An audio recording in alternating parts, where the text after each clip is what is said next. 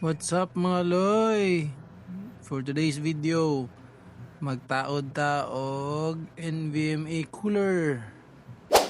Atong abrihan atong NVMe cooler may pag-abot gikan sa Shopee. Wow. Una ang product description. Ato nang gabrihan ng NVMe cooler. Kita ninyo ang sulod ng NVMe cooler. Tapos na screws o gabay na star screwdriver. Siya ay heat pads, tulo ka buhok, na daw ka nipis, ay isa ka baga.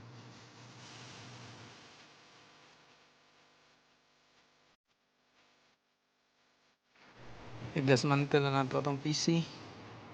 Itong mga maigo sa pagtaod sa NVMe cooler. Kana, ang GPU stand, magnetic, tapos tara, kanang na sticker na Tough Gaming mo na itong utangan o kuan NVMe cooler. Tara, ikuha na ako ang power supply sa GPU. Tapos ang GPU na to, Osirex 5600 XT.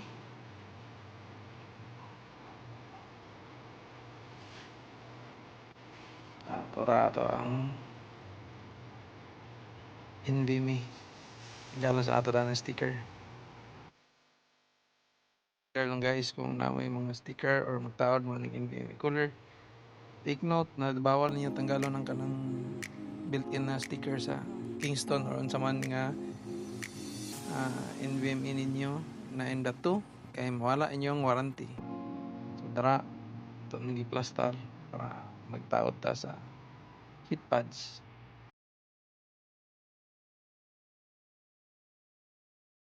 Nagsugod ta sa heat pads, pag-plaster, kagong tweezers, tanggal ng katong cellophane. Be careful, take note, dapat limpyo nyo ang pagbutang sa heat pads para mas efficient yung cooling.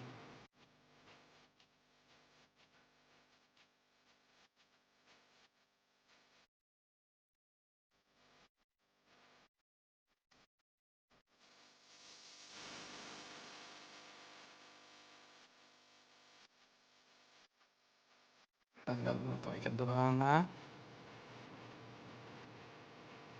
cellophane sa heat pads. Basta mataro. Take note po, ang front na kay space o sa likod na space para pagtaod mo sa itong screw. Check, double check ka permanently sa mga dimensions o sa distance na akong gimove gamay medyo short. Nag-final check na to sa distance sa tumoy sa likod para sa screw sa dito sa motherboard. So dara gisukat na to siya sa motherboard kung sakto lang ba na to ang pagbutang. Then finalize na ta. Start na to sa tong screws sa kilid para malak ang cooler sa M.2. Ang dara mga screw magnetic na siya sa online nga pa na siya napalit. So, para dili mga loose yung screws panahon ginagamit. Tapos kuan po nigtaod ninyo dapat kuan dili ninyo ikot diretso tanan.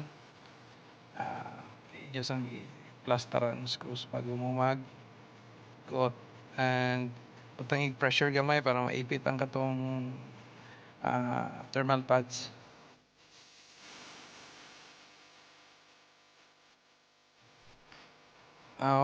Butang sa board. Careful sa tumoy kay medyo snipis ra ba yun. Tapos ang screw ang tight lang siya dapat dili kayo sa sobraan kagduot kay medyo di agad ang board na to medyo sensitive and kuha para di pa siya madaot tayo. Okay, tawag na to itong video card. Kung inani medyo got-got na inyong PC, bantayan nyo din yung ang katong pagduot sa tumurag slot sa PCIe kay dara rawa kasagaran kung magka-trouble siya. Careful lang gyud, double check perminti. Iwas daot sa itong mga parts.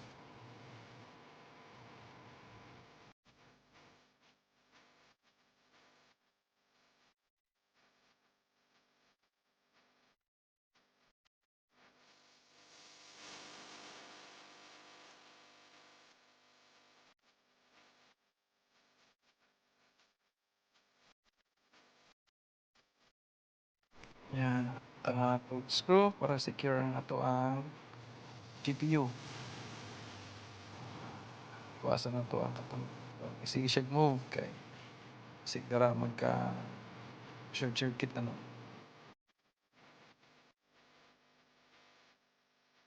So kitawag na to ang power supply sa GPU. Tay pins dara.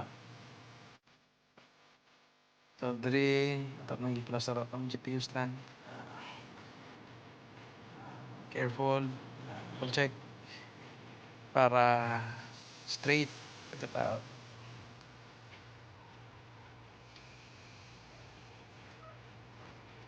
Balik na to ang cover sa CPU. Dili na plus data para ibalik na to itong CPU o system unit sa itong butanganan. Medyo bugat-bugat siya. And after ana atong kuan saksak ang katong mga cord sa katong fiber mouse keyboard standard 3.5mm jack para sa mic o sa to speaker or headset.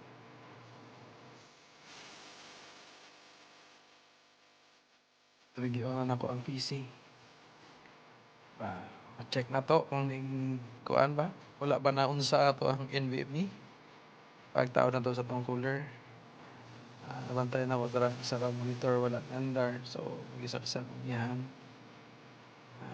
HDMI dire ato nang gi-check kung niandar ba siya